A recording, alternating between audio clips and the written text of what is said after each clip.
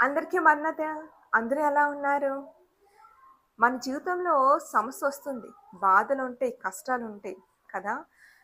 మానవులుగా మనం చేసే పనేంటంటే, సమస్య ఏదైనొచ్చినప్పుడు ఆ సమస్య వైపు చూస్తూ, ఆ సమస్య ఎంత పెద్దదో, ఎంత ఎత్తైందో అని అనుకుంటాం. ఈరోజు నేను చెప్పబోయే మాట ఇదే. నీ సమస్య ఎంత పెద్దదో, ఎంత ఎత్తుదో నువ్వు చూడకు. నీ దేవుడి యొక్క శక్తి వైపు నువ్వు చూడు.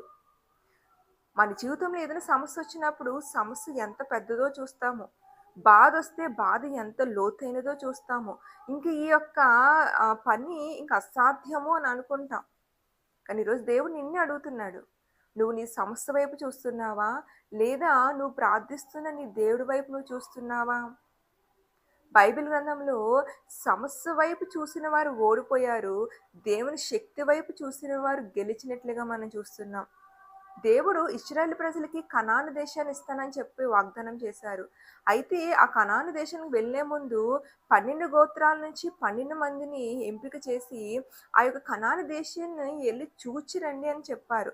ఆ 12 మందిలో 10 మంది అక్కడ వీరికంటే బలమైన వారి వైపు చూచి, అమ్మో! వాళ్ళ ముందు మేము మిడతల వలె ఉన్నాము. మనం అక్కడికి వెళ్ళలేము, ఉండలేము అని భయపడిపోయి ఆ కనాను దేశంలోకి వీళ్ళు అడుగు పెట్టలేకపోయారు.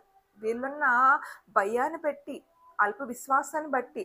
కానీ ఆ 12 మందిలో ఇద్దరు మరి యెహోషువ, కాలేబులు మాత్రము అక్కడున్న మనుషుల వైపు చూడలేదు.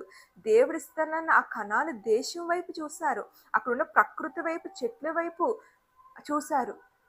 అందుకే ఈ 12 మందిలో 10 మంది కనాను దేశంలో అడుగు పెట్టలేకుండా ఓడిపోయి, ఆ అరణ్యంలోనే ఎండిపోయిన ఆకుల వల్ల రాలిపోయారు. కానీ ఈ కాలేబు, యెహోషువలు దేవుని శక్తి వైపు చూసారు.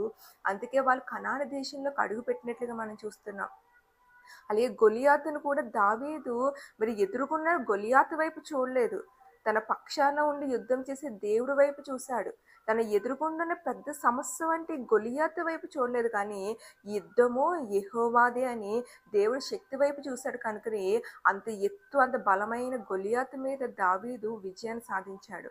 ఈరోజు ఈ మాటలను నీ జీవితంలో కూడా, నీ జీవితంలో ఏ సమస్య ఉన్నా, ఏ బాధ ఉన్నా, ఏ కష్టం ఉన్నా దాని వైపు నువ్వు చూడకు. నువ్వు ప్రార్థిస్తున్న దేవుడి వైపు నువ్వు చూడు. ఖచ్చితంగా నీ సమస్య నీకు చాలా చిన్నదిగా ఉంటుంది. ఆ సమస్య నుంచి, ఆ కష్టం నుంచి దేవుడు నీకు విడుదల దయచేసి గొప్ప విజయాన్ని దేవుడు నీ జీవితంలో జరిగించబోతున్నాడు. ఆమేన్.